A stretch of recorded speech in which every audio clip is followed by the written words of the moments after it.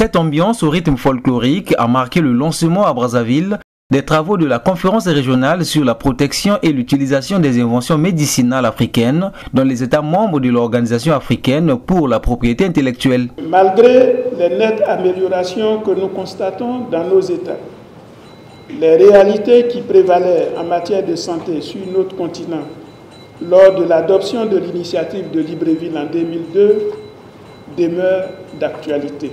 Ainsi, l'accessibilité financière et géographique des populations à des médicaments de qualité demeure un défi pour les pays africains. Et c'est dans ce sens que l'énorme potentiel que présente la flore africaine en termes de plantes médicinales demeure une perspective intéressante dans le domaine de la recherche pour la mise au point de nouveaux médicaments. Du 2 au 4 novembre, les participants à ces assises vont donc renforcer, entre autres, les stratégies d'usage des instruments de protection de la propriété intellectuelle au bénéfice des inventeurs. Aujourd'hui, nous allons parler de la manière de mieux utiliser nos méthodes traditionnelles de protection de la propriété intellectuelle pour construire un secteur pharmaceutique africain. À l'UIPO, nous savons que les instruments de protection des droits de propriété intellectuelle actuellement disponibles ne sont pas toujours utilisés de manière optimale.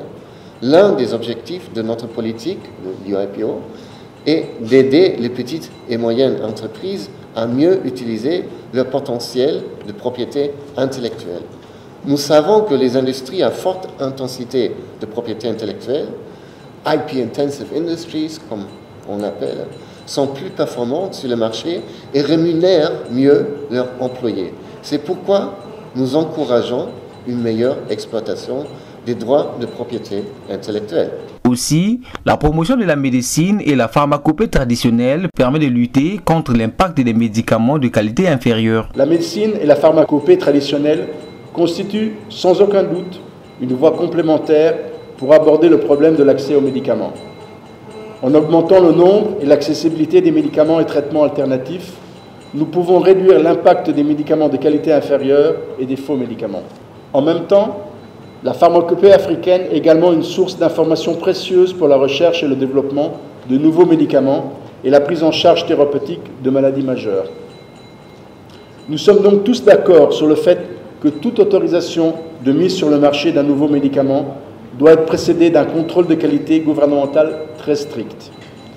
D'ailleurs, comme le souligne la déclaration de Libreville, chaque médicament, quelle que soit son origine, doit faire preuve de la qualité pharmaceutique, de l'innocuité et de l'efficacité thérapeutique. Ouvrant les travaux, le ministre congolais du développement industriel et de la promotion du secteur privé, Nicéphore Fila Saint-Eudes, souligne des inventions africaines en matière de médicaments ont besoin de protection pour assurer l'émergence d'une véritable industrie pharmaceutique dans notre espace. En effet, la richesse de la pharmacopée traditionnelle au sein du continent africain et partant dans l'espace OAPI représente un enjeu scientifique et économique majeur.